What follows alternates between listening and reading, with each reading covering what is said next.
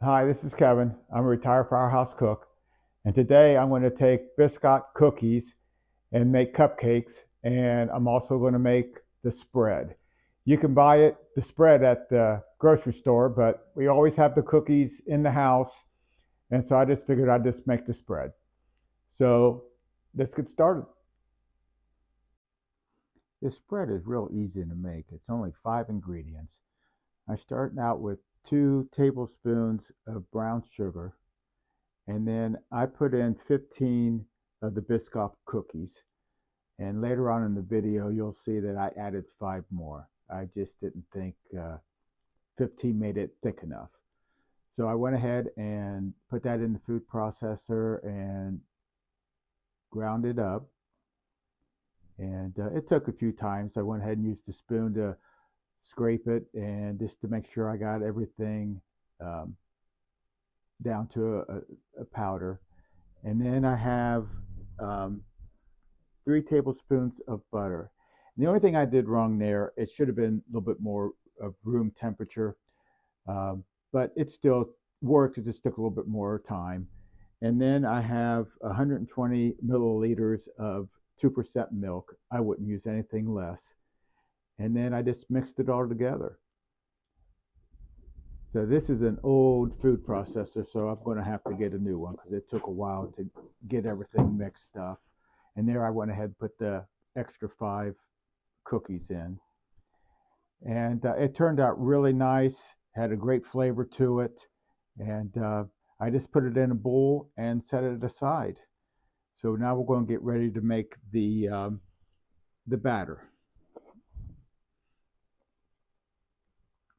So right there I have 210 grams of the spread.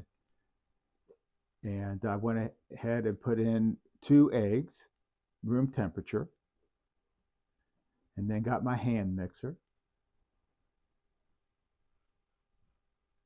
And mixed it up. And then I went ahead and put in 160 grams of sugar and mix that up real well.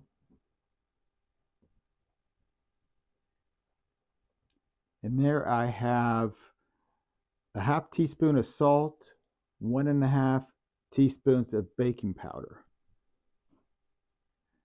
And then I put in 90 grams or 90 milliliters of milk. Mixed it all together really well. And then I put in 60 grams of butter, and that needs to be room temperature just to make it easier to blend together. So I mix everything real well, and then I'm going to put in the flour, and that's 190 grams, and I did it half at a time.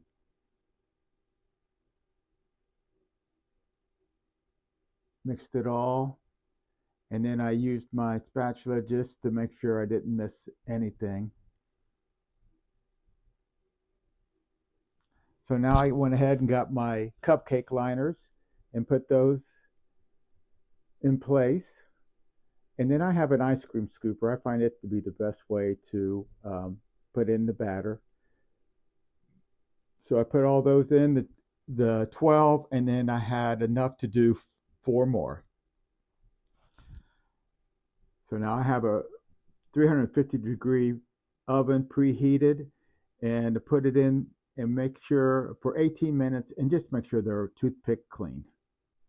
Now it took 18 minutes, and I went ahead and used my little gadget there to take out the center of the cupcake, and I saved the last 2 for the camera.